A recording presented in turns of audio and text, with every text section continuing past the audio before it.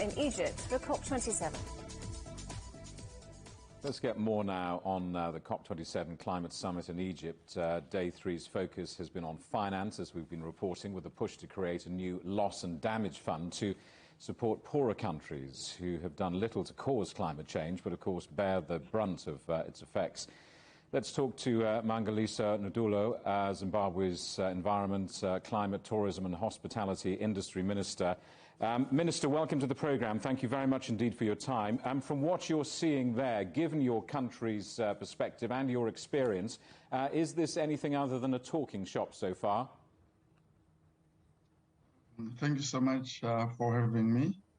And thank you so much for this very important question. I think every year when we gather in these conference of parties meetings, what is more important is it's really to justify our presence here, especially to the suffering communities that we live in our respective countries, particularly with respect to the developing countries, the least developed countries who are severely affected by climate change. And as you have already highlighted, a phenomenon that we least contributed to.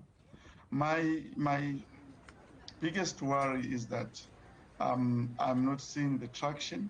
I'm seeing a lot of rhetoric, a lot of pledges, promises, a lot of noise around critical issues. So I have no doubt that at this point, no one can deny the existence of climate change. It's no longer a myth to some as people used to.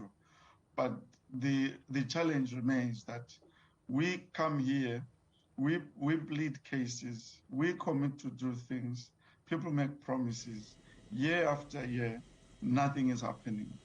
We need to get to a point where leaders meet on such platforms and we hear, especially the big polluters,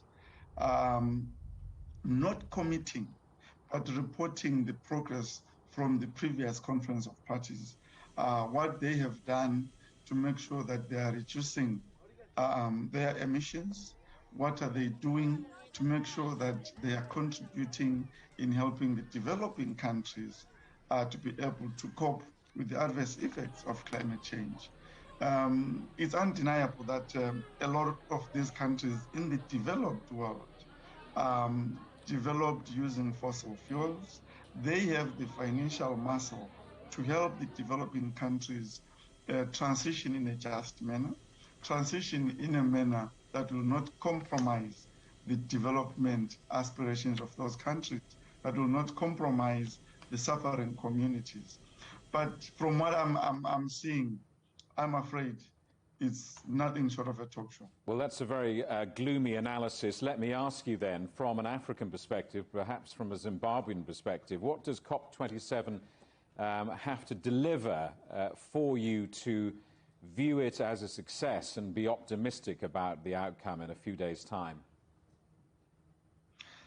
There are a number of issues that, from a Zimbabwean perspective, but also from an African perspective, that we have raised and which are very critical.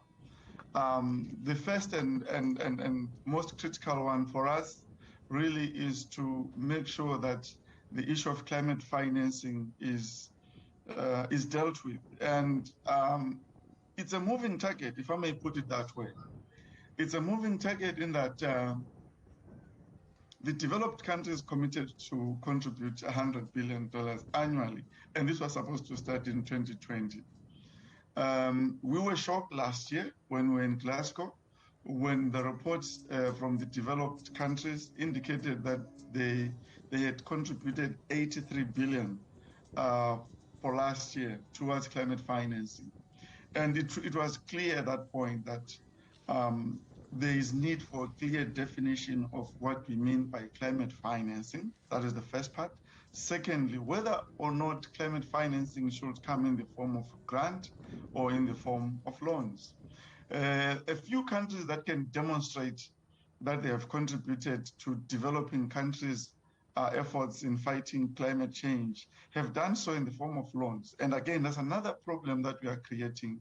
In the near future, there will be huge debt burden, which is climate related, which we want to avoid. So the critical issue first is climate finance that has to be defined. And we would want a situation where we have a specific fund, climate fund, and clear guidelines on how countries can access these funds.